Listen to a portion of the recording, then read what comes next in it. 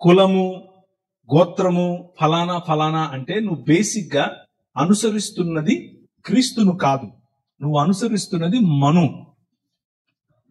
నన్ను కూడా ఇలాగే అడిగారు. నేను మా పిల్లల్ని తీసుకెళ్లి జాయిన్ చేయడానికి వెళ్ళాను స్కూల్లో. సార్ మీ కులం చెప్పండి అన్నాడు. ఎందుకు నీకు అన్నాడు. రాయాలి సార్ అన్నాడు. నాకు లేదురా అన్నాను. అటెండ్ సార్ మీరు చెప్పాలి సార్, మీరు ఒప్పుకో. నాకు లేదండి, మీకేంటి ప్రాబ్లము? లేదు సార్ పిల్లలకు చాలా ప్రాబ్లం అవుతుంది సార్ రేపు అన్నాడు. నా పిల్లలకు కదా ప్రాబ్లం, నీకేంటి ప్రాబ్లం? నేను చెప్తున్నాను నాకు కులం లేదని, నువ్వు జనరల్ అని రాయి అక్కడ అన్నాను. సరే సార్ మీ ఇష్టం అన్నాడు. రాశాడు. ప్రతిఘటించడం నేర్చుకోవాలి. తల ఒగ్గేంత వరకు ఈ సిస్టమ్ అనేది అలాగే తల ఉంచు. అలాగని చెప్పి నేను ఇప్పుడు మైక్ పట్టుకొని మీరొవ్వరు కూడా అందరూ ఇలాగే చేయండి అని నేను చెప్పను. అది మీ వ్యక్తిగత చాయిస్. ఉదాహరణకు భారతదేశంలో మత ప్రలోభ పెట్టి ఒక మతంలోనికి మార్చటానికే ఈ బీసీసీ అనే యాక్ట్ వచ్చింది. మళ్ళీ చెప్పనా? ప్రలోభ పెట్టి ఒక మతంలోని ఉంచటానికి ఈ రాజ్యాంగంలో ఉన్నటువంటి ఈ సవరణ జరిగింది. అంటే హిందువుగా నువ్వు ఉంటేనే నీకు ఎస్సీ ఎస్టీ రిజర్వేషన్ ఉంటుంది అని చెప్పేటటువంటి ఈ ఆలోచన ఒక ముగ్గు.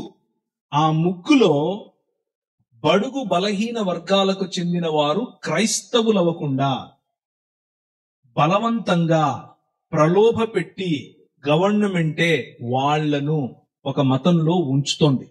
ఒక ఆయన అన్నాడు, ఇప్పుడు నువ్వు ఒకానొక సమయంలో ఎస్సీగా ఉన్నావు, క్రీస్తును తెలుసుకున్నావు, బీసీగా రా అన్నాడు. అరే నాకు కులమే వద్దంటుంటే నువ్వు బ్యాక్వర్డ్ కాస్ట్ అంటావేంటి?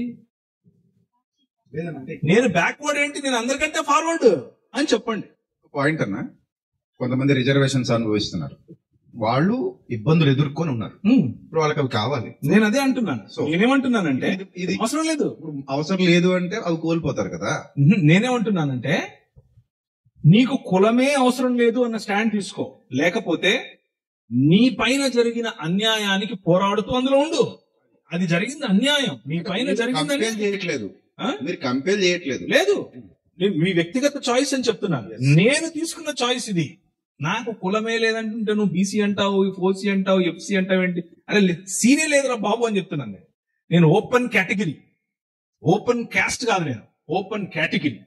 నా పిల్లలు ఓపెన్ కేటగిరీ, నా పిల్లలు ఓపెన్ కేటగిరీనే ఉంటారు. యాక్చువల్ గా నేను అడిగినా, సరే మా నాయన పేరు ఇది, మా అమ్మ పేరు ఇది, మా తాత పేరు ఇది, నా కులం ఏదో నువ్వు చెప్పు అని అడిగినా.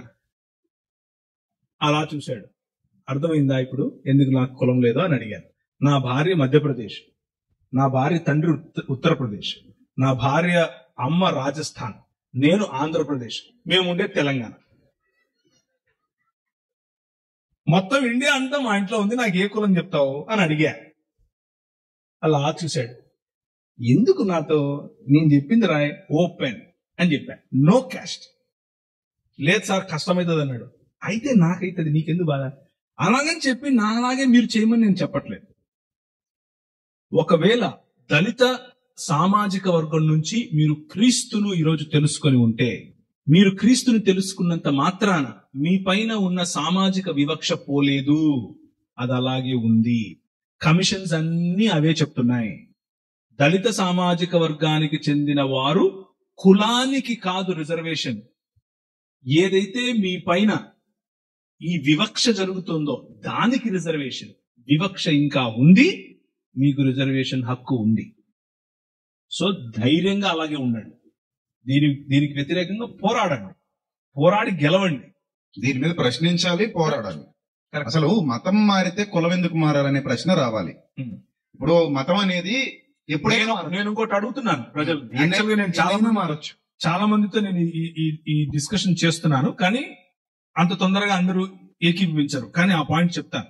నేనేం అడుగుతున్నాను అంటే కొంతమంది అధికారులతో దీన్ని పరిగణించమని అడుగుతున్నాను. ఏమని అడుగుతున్నానంటే, మమ్మల్ని అందరినీ ఎవరెవరికైతే కులం వద్దో వాళ్ళందరినీ ఒక కేటగిరీ చేయండి.